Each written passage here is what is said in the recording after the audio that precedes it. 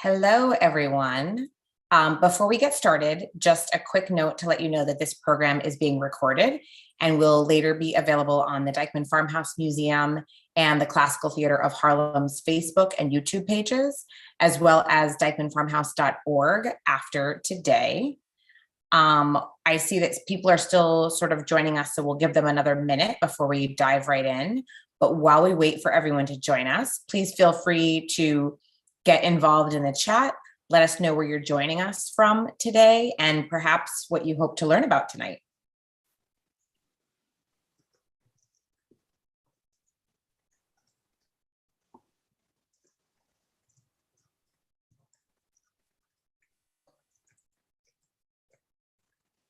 Buffalo, Erie County.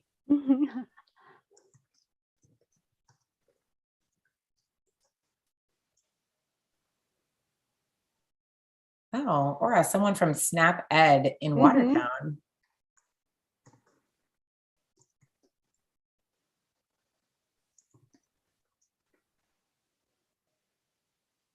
Great. I'll give it one more minute before we start. Love all the conversation in the chat.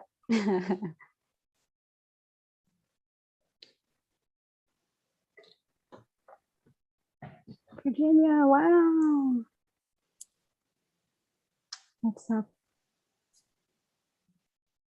Oh, so nice. All right, well, I think we'll get started and I'm sure more people will be joining us. So everyone, welcome back to the Dyckman Farmhouse Museum's virtual lecture series talking about race matters. Join the conversation. My name is Meredith Horsford. I'm the executive director here at the Dyckman Farmhouse Museum. We are delighted to continue this lecture series, which we began in August of 2020, which was so successful that we've continued it as a biannual series. So thank you to those who have returned and welcome to our newcomers. This 4-week series, hosted in partnership with the Classical Theater of Harlem, centers around social justice and advocacy, how advocacy groups and arts and cultural organizations participate and lead in social justice movements. This series was created at a time of great unrest in this country due to the murder of unarmed Black people, as well as the onset of the COVID-19 pandemic. Our goal throughout has been to encourage people to come together and engage in conversation on a topic that can sometimes be uncomfortable. We would like to thank you for attending this series as we've learned about various social justice and advocacy movements throughout New York. We are grateful to be able to offer a platform to share these groups and organizations' inclusive stories with our community, city, and those visiting from all around the world. Before we get started, I'd like to point out a few useful features on Zoom. Please use the chat box, which you're already clearly well familiar with, to say hello to the other attendees and to ask Stephanie, our exhibition and digital content coordinator, any technical assistance questions. During the lecture, if you have any questions for the speaker, please click the Q&A button, which is at the bottom of your screen, and we will answer those questions either during the talk or at the end. I would like to thank everyone for joining us here this evening. We feel strongly that our programming remains free of charge so that it is accessible to all. The response to this lecture series has been overwhelming, and there is clearly a need for us to talk more about the issues that divide us and the issues that unite us as Americans. As a small nonprofit organization, we rely on grants and donations to support these programs. This program is supported in part by public funds from the New York City Department of Cultural Affairs in partnership with the City Council, the Honorable Udanis Rodriguez, New York City Council District 10, and former Manhattan Borough President Gail Brewer. Additional funding is provided by TD Bank. If you would like to make a donation to help us continue our community-focused programming, it is greatly appreciated. In lieu of a donation, we are also selling some very cool Dyckman Farmhouse Museum merch. Stephanie has shared the links in the chat. A purchase helps support our cause, further research, and provide educational programming. Tonight, we are joined by Kemp, Director of Nutrition at New York Common Pantry. The flavors of the American plate are seasoned with slavery's bitterness, salted with segregation, and smoked in stacks of racial injustice. The future of food equality will not be one carved by the unsavory nature of our past, but inspired by the diversity of our people and the places and spaces that shape and nurture us. Join us as we explore the American plate and the flavors that define the future of food equity. Without further ado, I'd like to introduce Kemp, presenting The American Plate, Race, Place, Taste, and the Future of Food Equity. Yeah, I'm so excited. Oh my goodness. I have to tell you guys, I'm so excited to be here. Thank you to the entire crew from the Dyckman Farmhouse Museum. If this is you guys' first time like doing any of their programming or checking out any of their lecture series, I would say definitely dive into their page even more because they do some really phenomenal work, especially around partnerships that alleviate hunger and centering the community's needs. And it's just one of the reasons that I'm really grateful to be invited to talk tonight. So thank you so much for creating this space for us here. I'm just going to share my screen really quickly so that you guys can see my presentation. Give me 1 second. There we go. All right. And thumbs up. You should be able to see that. And yeah, we're going to get started. Perfect. Thanks so much. So welcome again to everybody for joining, who's joining for tonight's conversation on race, place, taste, and the future of food equity. A disclaimer here, we will be talking about food and it's just about dinner time. So we're going to be talking about food a lot, which might make you a bit hungry. So if you want to grab yourself a bite and settle in, feel free to do so. I have my water with me. I have some kombucha with me just in case. So we're all here to share in the conversation, make yourself comfortable. In addition to speaking about food, we're also going to be talking a lot about food insecurity and the weight of a racist and exploitative food system on individuals and communities. And these topics can be really heavy, and I will do my absolute best to speak on them from a place of dignity and respect for the people as well as for the progress that we can make. All right. And here we go. So hi, welcome to the table. My name is Kemp, and I am a food equity advocate and the director of nutrition at New York Common Pantry. We are New York City's largest community-based food pantry, serving over 6.5 million meals each year. I am a multiracial mid-30s female. I'm wearing a head wrap, graphic tee, fitted blazer, seated in front of a wall of plants in my apartment. You might hear a couple of the tip taps of my pups as they're trotting around, but just know, this new normal, we've gotten very comfortable. My pronouns are she, her, and we. And I want to just say, as we start this conversation, thank you to the Dyckman Farmhouse who have made this series of lectures possible. Thank you to all of you. Welcome to those who are coming for the first time, and welcome back to those who have been here before. We are all here to come and feast over conversation and the sharing of ideas around how to create a table that's truly fit for us all. And I want to start by acknowledging some key truths. And these key truths are going to be a sort of through line that will help to guide us through our conversation this evening. That first key truth is that food is a right. This is not up for debate. As creatures of this planet with the knowledge and ability to feed ourselves, for us not to do so is inhumane. Especially in the land of abundance, there is no humanity in 14 million people being food insecure. So let's just keep on rolling right into our second truth. And that is that the land holds our history. While many of our history books start with the discovery of a new world, the Americas was already a rich tapestry of Native peoples, including the Munsee Lenape and Wappinger tribes and nations that lived here where I currently reside, work, and serve in the South Bronx. Food is deeply connected to the land, and to honor it means to honor the food we sow and share. And that brings us to our third truth, is that at this table, we all share equally. I am a firm believer in that till we have dined together, we don't really know each other. So the ritual of sharing a meal is deeply embedded in us and how we bond and how we connect. This conversation tonight is an opportunity to share in a space that is safe and welcoming. We will dive into some subject areas that might leave a bitter taste or be difficult to swallow. And I encourage you to take a breath as needed. Ask in the Q&A, ask any questions you might have in the Q&A throughout, share in the chat box. And remember that we are all here to both give and receive as we explore our history and our potential futures. So let's get started. When you hear the phrase "as American as," what do you think of?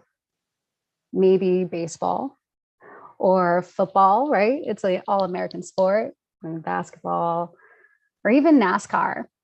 And while all of those are quintessentially American, when we talk about food, it has to be the buttery crust, the warm cinnamony nutmeg spice, sweet apple deliciousness that comes to mind for me. As American as apple pie. The nostalgia of apple pie topped with a scoop of vanilla or fresh whipped cream has to, honestly, who doesn't love America's dessert, right? And the entire allure of apple pie has been cooking up since the 1800s when the phrase first came into being. And its popularity increased in World War II when soldiers, when asked why they enlisted, would respond, "For mom and apple pie." And ever since, the phrase "American is apple pie" has been used to signify anything deemed patriotic. And I've always found the hypocrisy of that phrase, "as American as apple pie," to be a bit humorous from a food history perspective, considering none of the ingredients needed to make apple pie are native to the United States. And I might give a little bit of leeway, possibly with the exception of vanilla, because it is native to South America, Central America, and the Caribbean. It was then harvested by the Aztecs prior to the arrival of the Spanish to the Americas. And this ever-loved apple pie is just one example of food colonization, a collection of ingredients that traces an Eurocentric line throughout history, circling the globe and collecting flavors like trophies. The American palate is not reflective of the land's bounty, but of a land's conquest. Food is a distinguishing component of cultures for its unique expression of the physicality in which colonization can change both the human body and our long-standing socio-cultural customs. The flavor of American patriotism is made possible by a culture of conquest, a relentless and insatiable hunger for power. This has been seen throughout the expanse of written history, told through the lens of whiteness. The flavors that remain on the plate are often an amalgamation of the colonized. Colonization is a violent process that alters the ways of life for the colonized. Food has always been a fundamental tool in the process of colonization. Food is exceptionally powerful. Through food, social and cultural norms are conveyed and also violated. You might be asking, what are some examples of violations, specifically through a lens of food? And to explore this, we're going to start by addressing the culture that most directly impacts the American plate, white supremacy culture, and a few of its primary characteristics. This is that point, take a deep breath. Let's get into it. All right, so the first characteristic that we're going to talk about tonight is a right to comfort, the belief that those with power have the right to emotional and psychological comfort. This is often accompanied by an aspect of valuing logic over emotion. And one place where we see this happen is like when families that apply for social support programs are accused of being lazy or receiving a handout or not working hard enough for things like basic necessities. As they do not have the power, in our instance, money, they do not have the right to emotional and psychological comforts. Often, pleas for humanity or pleas for compassion are met by emotionless, logic-based defenses. Another example from the real world of this is from the Wisconsin School Board, in which Karen Rednick, a school board member, opposed the continuation of the free lunch program being offered within her district, stating that providing free lunches would spoil families into not caring for their children themselves. There's also an internalization of this right to comfort characteristic, and that I or we have the right to comfort and cannot tolerate conflict, particularly conflict against the systems in place that enable me to enjoy and preserve that comfort for myself. In action, this can be scapegoating those who cause discomfort or speaking about discomfort, or speaking out about discomfort, like farmers going on strike for better working conditions, union efforts for grocery store workers, and other pushes for more equitable rights for workers. The narrative that the struggle builds character is often the logic used to counteract calls for equity in these spaces. The second characteristic is quantity over quality. The assumption that the goal is always more and bigger, with an emphasis on what we can objectively measure as more valuable than the quality of either the relationships or the things that we are producing. And that relationship to all living beings exists not just to other humans, but also to our environment. This is a space in which things that can be measured are much more highly valued than the things that cannot be measured. For example, the number of pounds of food produced, or calories per serving, or yields per acre, if we're speaking about crop yields. The quantity of food produced is valued more than the quality of the food produced. And there's little or no value attached to the process, like how the food is grown. Again, if it can't be measured, it has no value. And this can be very closely tied to perfectionism, another characteristic of white supremacy culture. And we see this distinctly in the desire for uniformity and stripping of biodiversity of our food. For example, corn has over 12,000 varieties. And in the United States, we focus on cultivating only 6 of these varieties. This has an immediate impact on both the regenerative qualities of arable land, the sustainability of our food production cycles, the quality of our waterways, the diversity of pests and their resistance to different kinds of natural or holistic means to control them, and the overall quality of the food that we eat. Not to mention the long-term implications on health and food sustainability because of this desire for quantity and perfectionism. The more connections we can make between the diversity and the benefits that it provides, the more we will enable the design of resilient food systems that are ecologically and sustainable in the long run. All right, the next characteristic is individualism. So one of the deepest, most protected rights that we inherently believe in as Americans is our individualism, right? But individualism is one of those characteristics of white supremacy culture. It's the story that we make it on our own without help while pulling ourselves up by our bootstraps and doing it all. And it is a toxic denial of our essential interdependence and the reality that we are all in this together. In food, we see this through the whitewashing of our food histories, the acquisition of cultural foods as American food, and the assimilation to an American diet through institutions like government, private industry, and health agencies.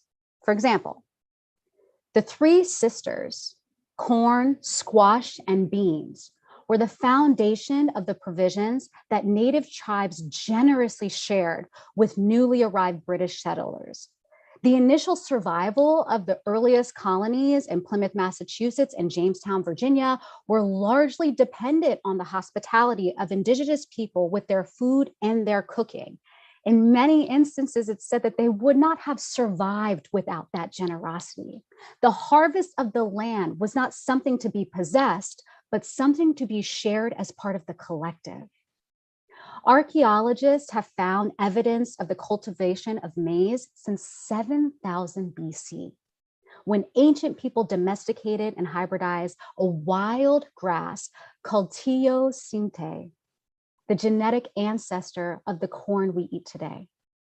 This long history of connection to the land makes corn one of the most historically relevant foods we continue to consume today. Yet, you will never hear someone say as American as the Three Sisters or as American as corn, even though it would be more relevant and truthful to the history of the land than apple pie. There are distinctive flavors that developed while the United States was becoming established as a new nation, most of which can be attributed to the Black cooks, bakers, and growers enslaved during this period. The foundational flavor of Southern cooking came directly from the shores of Africa.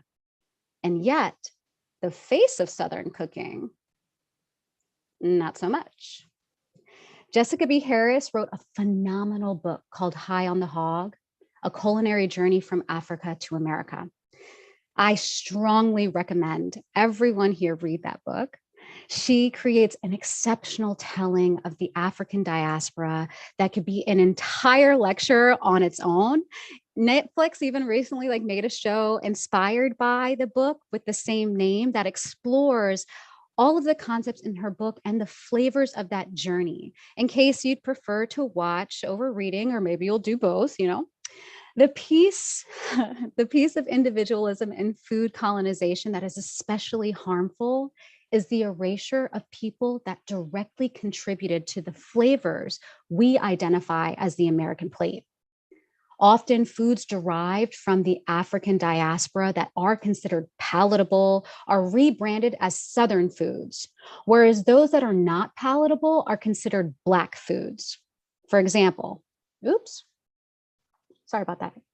Oh, no. Okay, I'm back. I'm not sure what happened. We're still good? I think so. All right. Apologies, you guys. Good. Okay, sorry, I had things shrink down and pop back up, so I wanted to make sure. Thank you. All right, so for example, ham hocks are used to flavor greens and other stews, adding a rich depth and hearty essence to a dish. A Southern food staple. However, okay. However, I'm sorry. Oh my goodness. I'm having connectivity issues. Give me 1 second.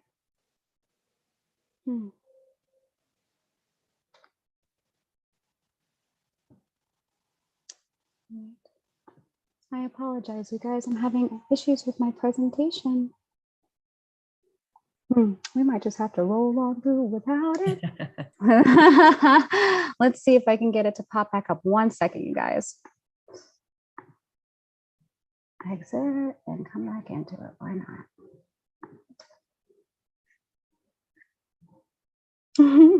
I appreciate you guys' support. Thank you. Oh, yep, it looked like my internet disconnected, but we're coming back, baby. All right.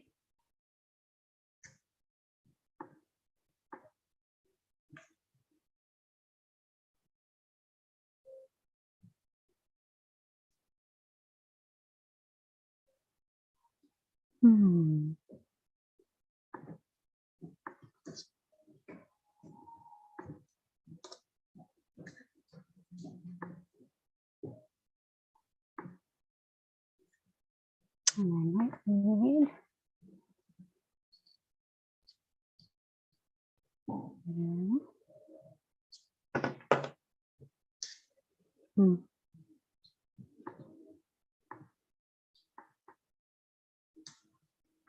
Let me just open this back up.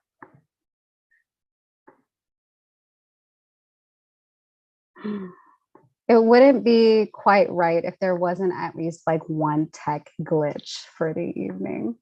Can't complain about it. We're just gonna keep on rolling. All right. It's I think so I'm true. gonna, yeah, right. Like it's just kind of like the norm. Like how you start every meeting with, "You're muted." Yeah, it's like people just talking into the nothingness. Let's see if we can figure this out.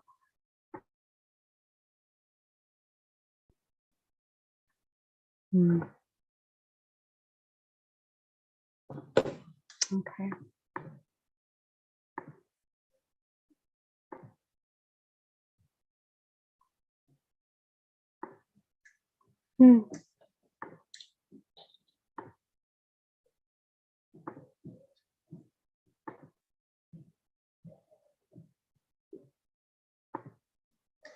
Yeah, Canva just does not want to work for me right now. Wow. I'm sorry, guys. Let's see. Exit.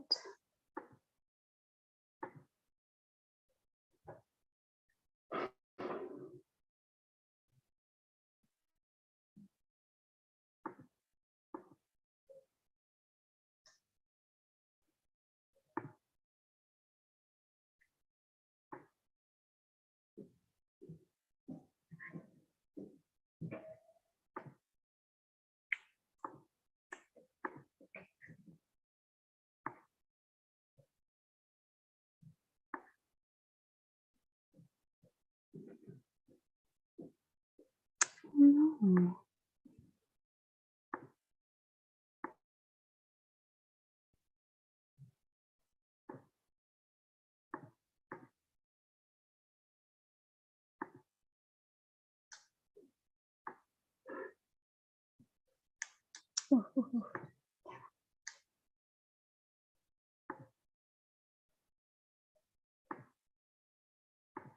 Is it going? Are you gonna work for me now?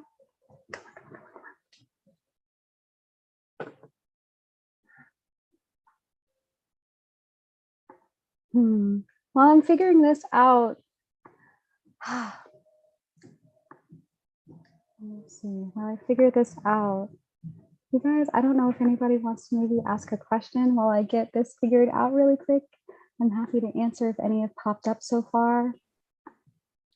Well, this isn't a question, but someone saying in the chat, talking about white supremacy, internet provision is poorer in the South Bronx because it's a lower income, non-white neighborhood. That is 100% true. Someone And added, I definitely figured that out during COVID. My internet would just like turn off in the middle of the day, just like out of nowhere. And you know, the way that they actually track like overall internet access is not by a house by house or unit by unit basis. It's determined by if anyone on the block has access, then they count the entire block as having access. So let's say like one person on the block can actually afford to have internet. They might have it, but no one else on the block is able to do it, or the building isn't able to accommodate, then they'll still count that as if the entire block has access, even though they don't. So that's one of the really big issues actually with overall access to internet. Okay, I've got it back up. Here we go. Okay. So we got a little filler in there. It worked out. Let me find a reverb real quick and we'll jump right back in. Yeah. Okay. Here we go. And I'm going to do my share screen. Sweet. Thanks for hanging in there with me, guys. I appreciate you. All right. Absolutely. So you should be able to see. I'm going to make sure that's big enough. We're back with Paula Dean. Back with Paula. Her problematic behind. Anywho. Okay, here we go. So, all right. So, okay. So a piece of individualism and food colonization that is especially harmful is the erasure of people that directly contributed to the flavors we identify as the American palate. And often foods derived from the African diaspora that are considered palatable are rebranded as Southern foods, whereas those that are not palatable are considered Black foods. For example, ham hocks are used to flavor greens and other stews, adding a rich flavor and depth. However, from the same exact animal, Chitterlings or chitlins, pig intestines, are not accepted as palatable and therefore are counted as Black foods, but they're not desired underneath the classification of Southern food or Southern food identities. This is what's insinuated even in the phrase high on the hog. So the name of the book from Jessica V. Harris, it's describing the most desirable pieces of the hog as suitable for white consumption, but the least desirable parts as suitable only for Black consumption. So often, if you would hear from a person of color, specifically a Black person, that now they're eating high on the hog, it means that they no longer have to eat things like the nose, the tail, the ears, or the chitlins. They get to eat the ham hocks, they get to eat the meaty pieces that used to be restricted from their access. All right. And there we go. So the third piece of individualism in food is food assimilation. This is most often and most easily identified in the desire for clean food over cultured food. And this stems from a desire for exclusiveness that was the crux of the European flavor palette pre-1600. Before spices were widely available, only the wealthy and powerful were able to afford spices from all over the world. And this created complex flavors for only the rich, but very basic flavors for the poor. By the 1600s, though, the European market for spices had completely leveled out, making them widely affordable and available to everyone.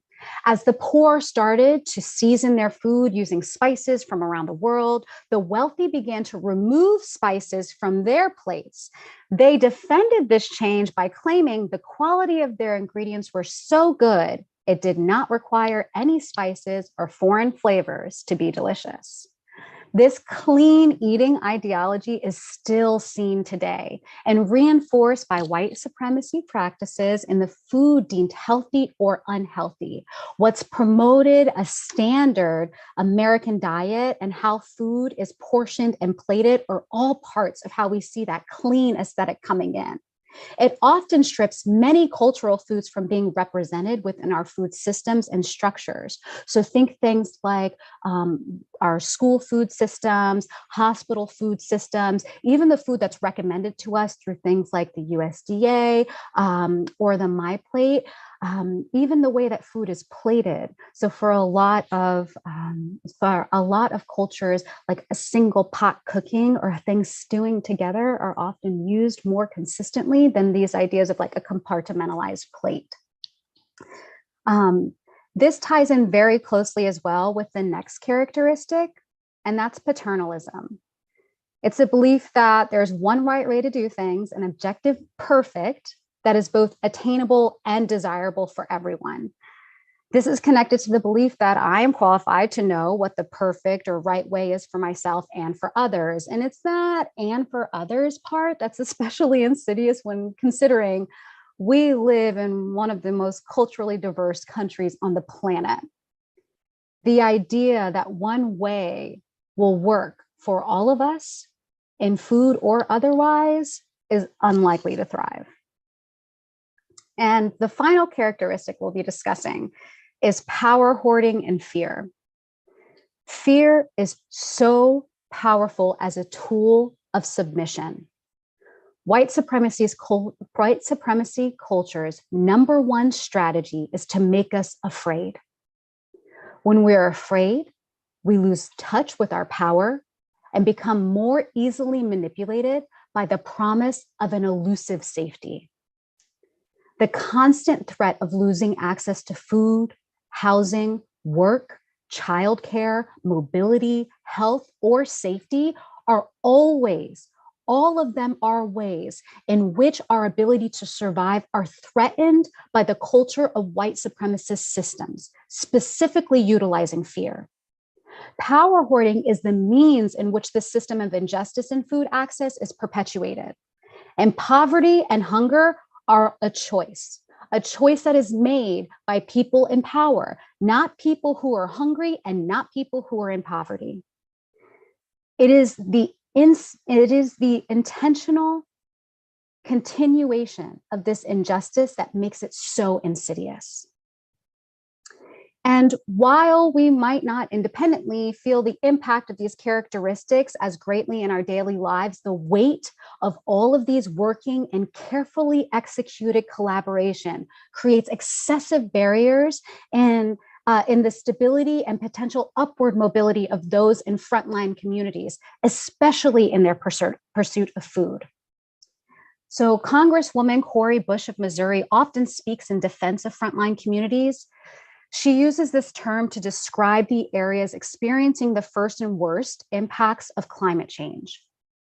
Frontline communities are more often than not concentrated communities of color, including Black, Indigenous, and Latinx folks, as well as poor white folks. A lot of times people don't think it impacts white folks, but it does, right? Especially poor white communities. And while her use of the term frontline communities in relation to climate change is used primarily in relation to climate change, I frequently utilize the term to describe the full spectrum of social hardships and battles taking place in communities of color and in those frontline communities. So we're going to start by taking a look at my community, my neighborhood. So here we are, Bronx Community District 1, BX in the house, which includes Mott Haven and Melrose. It's shown in the map surrounded by the little orange square, and there are just over 100,000 people that call this small little neighborhood home. Now, our population is quite melanin rich. 67% of our residents identify as Latinx, 29% as Black, 1.8% as white, and 0.8%, so slightly less than 1% for both categories, Asian Pacific Islander and other. The primary languages spoken in my neighborhood are Spanish, French, and English in that order. And I want to say a little something before we get into the next piece, because I'm going to be throwing a bunch of statistics at you. But I want to share these with you with the understanding that they're only being used to describe measurable characteristics of a community, like as a whole. These are outcome measures. And it's important to remember that you shouldn't use outcome measures to try and describe a people, but rather statistics help us to visualize the effects of living within a built environment. So just because two things are associated, it does not mean that they are causal. And so I want you guys to just keep that in mind. So here are some statistics to show and paint the picture of the characteristics, the outcomes in my community. So the first one I'm going to review is the supermarket to bodega ratio. So for every one supermarket in the South Bronx, there are 25 bodegas. We have a 25.3% food insecurity rate. That is 10% higher than the New York City average. And it is also a quarter of our population, so 25,000 people. The meal gap, or the number of meals that are needed each year to get everyone to a place of food security, is 5,637,546 meals. The number of households receiving SNAP are just about half, about 52%.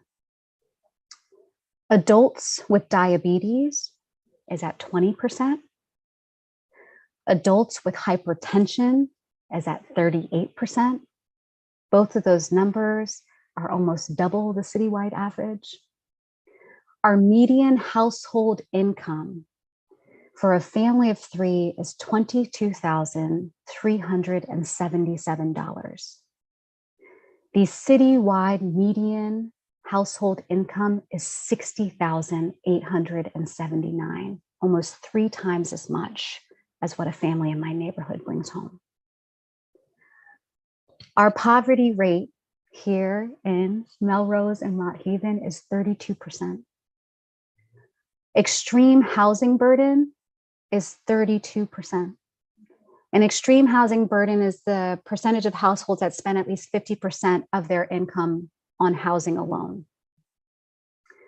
The percent of land used for public parks, open space, or recreation is about 6%, compared to the New York City average of 25%.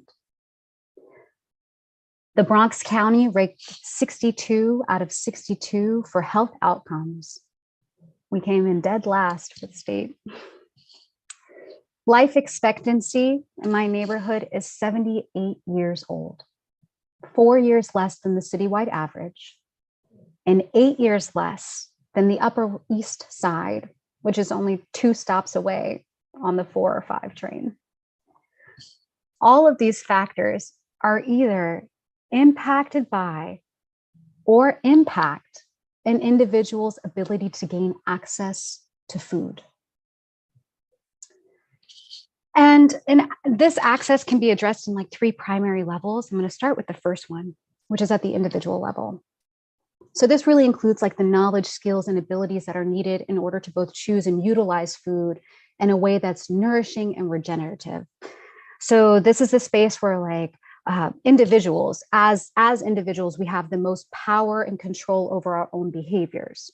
So this is where we can choose, how we eat, what we eat, and how we manipulate our diets based on an array of factors. So this also brings into consideration if you are food insecure and you have to do something like portioning your meals out so that you can make it stretch or last longer. It's also common to see people skip meals if they are food insecure. So maybe they don't ever eat breakfast or dinner, but they just have a little lunch just to hold them over until they go back to sleep. Things like that are parts of the manipulation that we do in order on the individual level in order to make our food last longer. The next level of influence that we're going to look at is the community level. And this is what shapes the overall foodscape. So when we talk about what foods are available in abundance or in scarcity within our neighborhoods, the construction of the community, and that has notoriously been riddled with white supremacy, including activities like redlining, so saying who can live in which neighborhoods and who cannot, the building of major highways through community spaces of color or more poverty-stricken neighborhoods. This also includes things like perpetual disinvestment. So when things like metro systems are being updated with new televisions, but we still don't have accessibility in our stations for people who are utilizing supports for walking or mobility, or maybe in wheelchairs, or even mothers with strollers. All of that comes into how accessible your neighborhood is to you and how accessible the resources you need, including food, are for you to get access to. And then we also have to think about things at the community level, like displacement by colonization, often called gentrification or community investment. But it is not community investment when it forces the people out who have called that space home for an extended amount of time. And access is also a part of like the community level of influence, and it includes everything from like mobility within space to availability of food within a neighborhood, affordability of that food. So once it's there, can you actually afford it? Is it affordable for the people who live there? It also takes into account things like relevance and overall cultural representation, so cultural representativeness within foods. That's one of the biggest ways that building knowledge at the individual level can help to reinforce what is made accessible within the community space. This also impacts the overall resources that are available that are built up over time within a neighborhood. So I work at a food pantry. It's taken us 40 years for us to get established to the level that we are now. But if all of a sudden the neighborhood changes, there are times when gentrification comes into a neighborhood at a faster pace than the resources that have been built up to support that community are able to adapt and follow. So this also becomes an issue through displacement. If people have created an entire network of support within this space where they've been for generations, and then all of a sudden they are pulled away from that space, the resources that were there are no longer available and accessible. So that all has to be built up again in new spaces. The third one is the system. So the big picture, right? And this is the most removed from the individual's realm of power. However, This one is one that impacts everyone within the system, regardless of their desire to be involved or their closeness or proximity to the change, right? So this is stuff like the overall sustainability of our food system, climate change and its impact on being able to grow, distribute, and share food within neighborhoods or communities. This also involves things like political progress or stifling, which kind of fluctuates sometimes, right? And it also dictates things like social prioritization. So if we had more people who had experienced hunger throughout their lives in places of power at the systems level, I guarantee you we would see more movement around making sure that everyone had access to food. It's all about what we prioritize as a society. And unfortunately, food is not a priority. Otherwise, we wouldn't all be hungry. All right. So in order for us to dismantle a white supremacy system, it requires that we implement counteractive measures that at each level bring us back to a more connected, more community-centric approach to food. So as opposed to thinking bigger, we need to think smaller.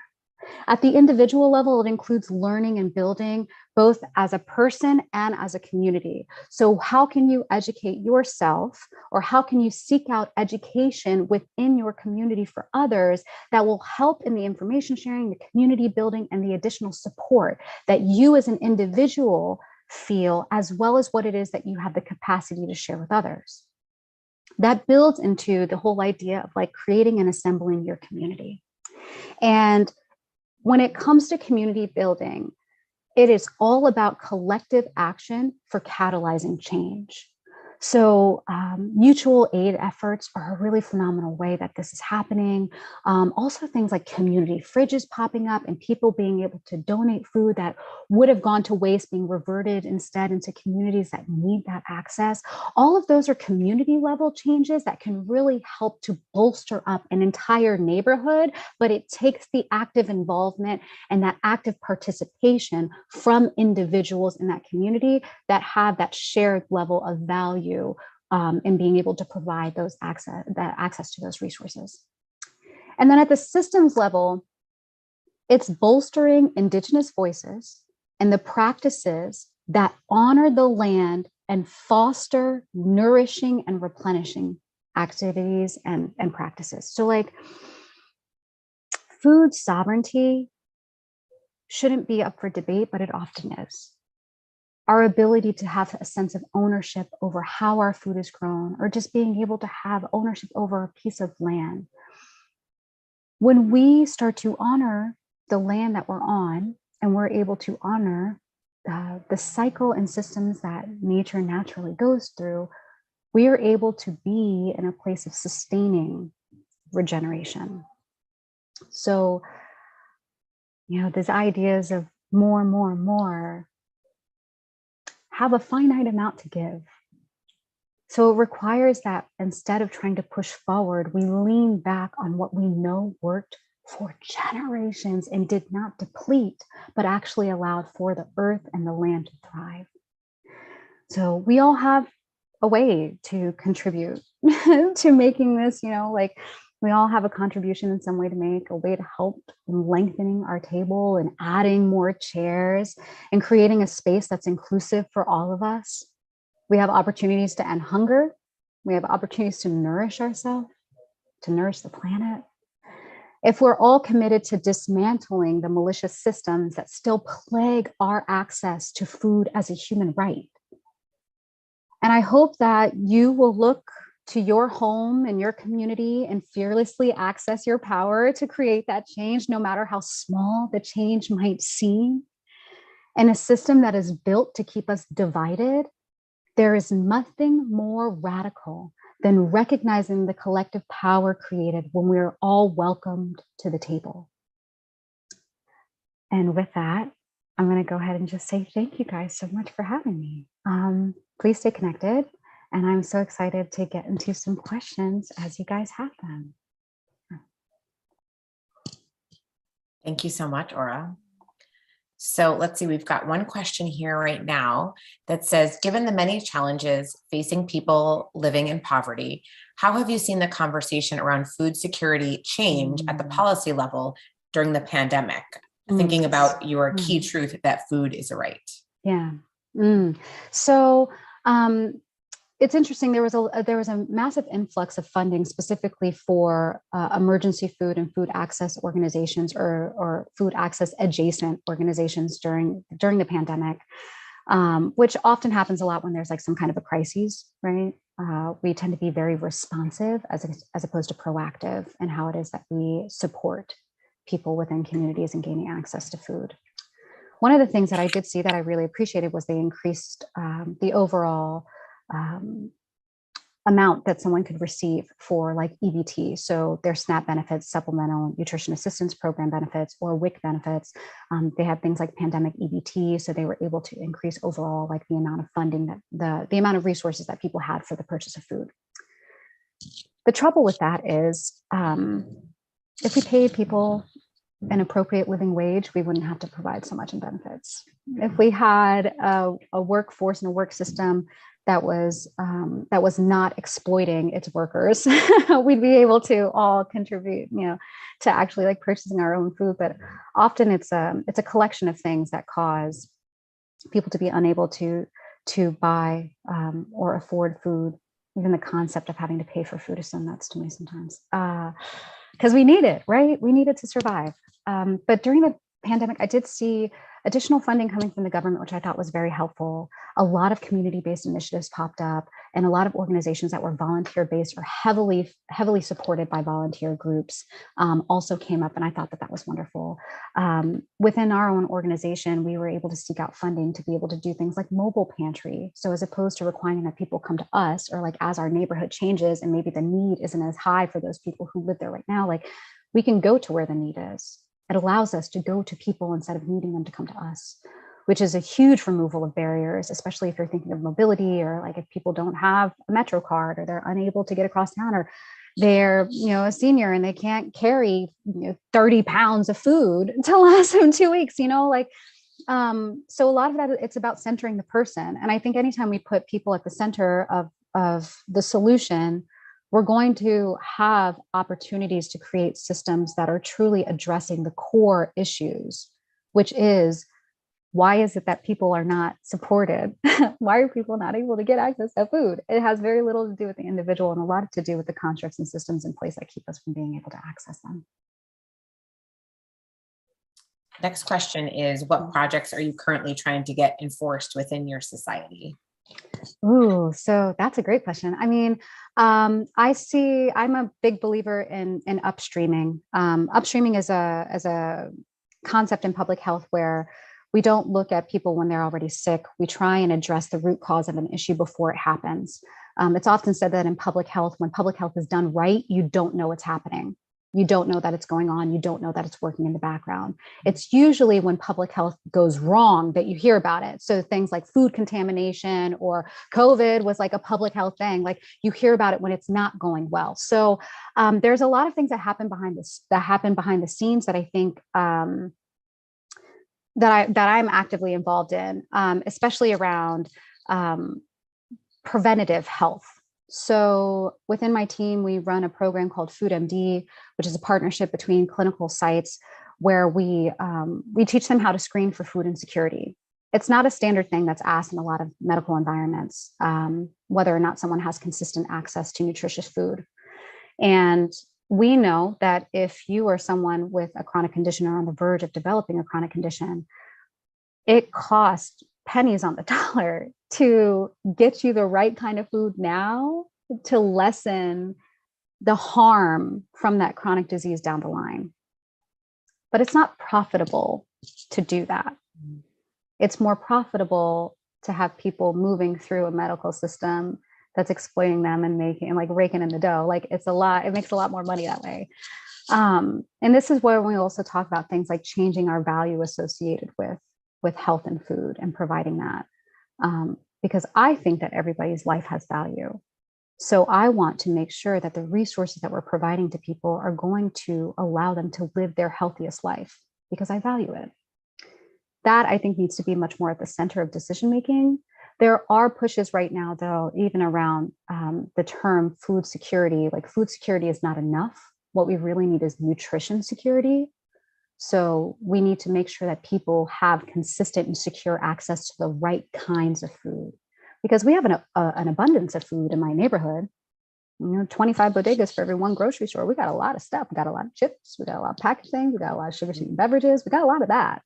But that's not what people should be eating a lot of. And especially with having something like the Hunts Point Distribution Center that brings in more food in that single port than any other import in the world. We feed the entire East Coast of the United States, but that fresh produce can't stay in the Bronx for the people who need it. Like, we're getting all of the environmental harm, but none of the benefit of having that here. And again, that comes down to what it is that we value. Yeah.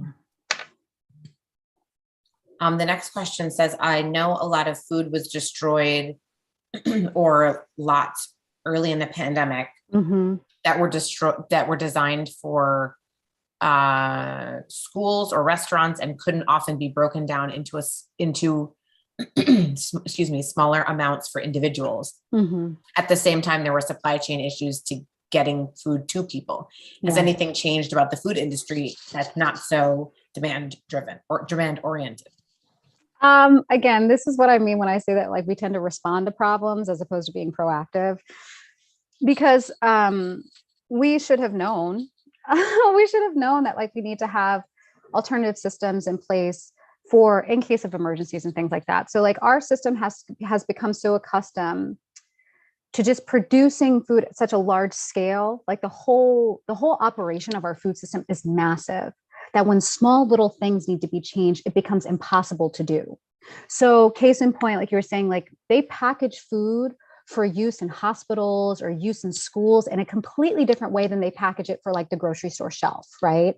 So with that, and if we know that, then we should be able to easily adapt, because if there is food there, then we need to have things in place, like plans in place. And a lot of, like, emergency plans are now starting to think about this, the resiliency for things like climate and like climate change, and the thing like rising tides and increased flooding and all these things that are going to be impacting our ability to produce food in the moment for things that we need in the moment.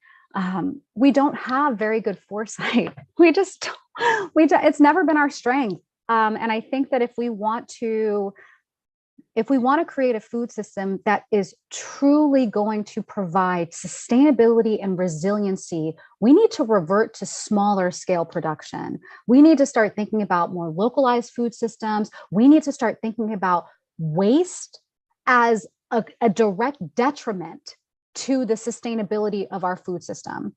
Our food system right now is linear. It starts at the grower, farmer, whoever's on this end, right? Creating it. It goes through production, it gets cleaned up, packaged, all this stuff, and then it goes to the consumer. And then once it gets to the consumer, there's like 40% that's wasted here. There's another 40% that's lost in the grocery store. And then there's an additional 40% that we throw out. Between the grower and the grocery store, that 40% waste could be reverted back into emergency food systems, but it's not. Oftentimes, it's just put into a landfill, which is further contributing to global warming. We could do things like building in incentives or penalties for overproduction of food when we don't need it, if it's not being put into some kind of a reserve or it can't be saved. Like, there was a lot at the beginning of the pandemic, like milk being dumped, fields of potatoes just being left to rot.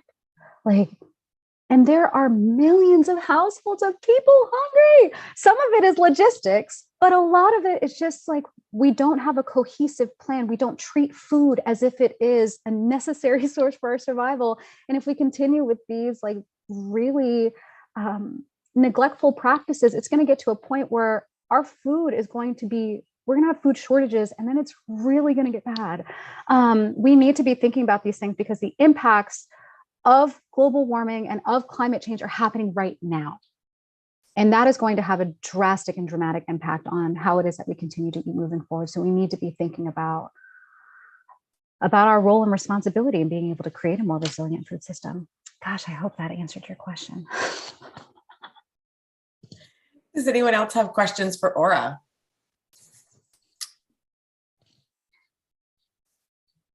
Yeah, I see people are sharing that King Corn. Yeah, it's Yeah. a very interesting documentary for sure.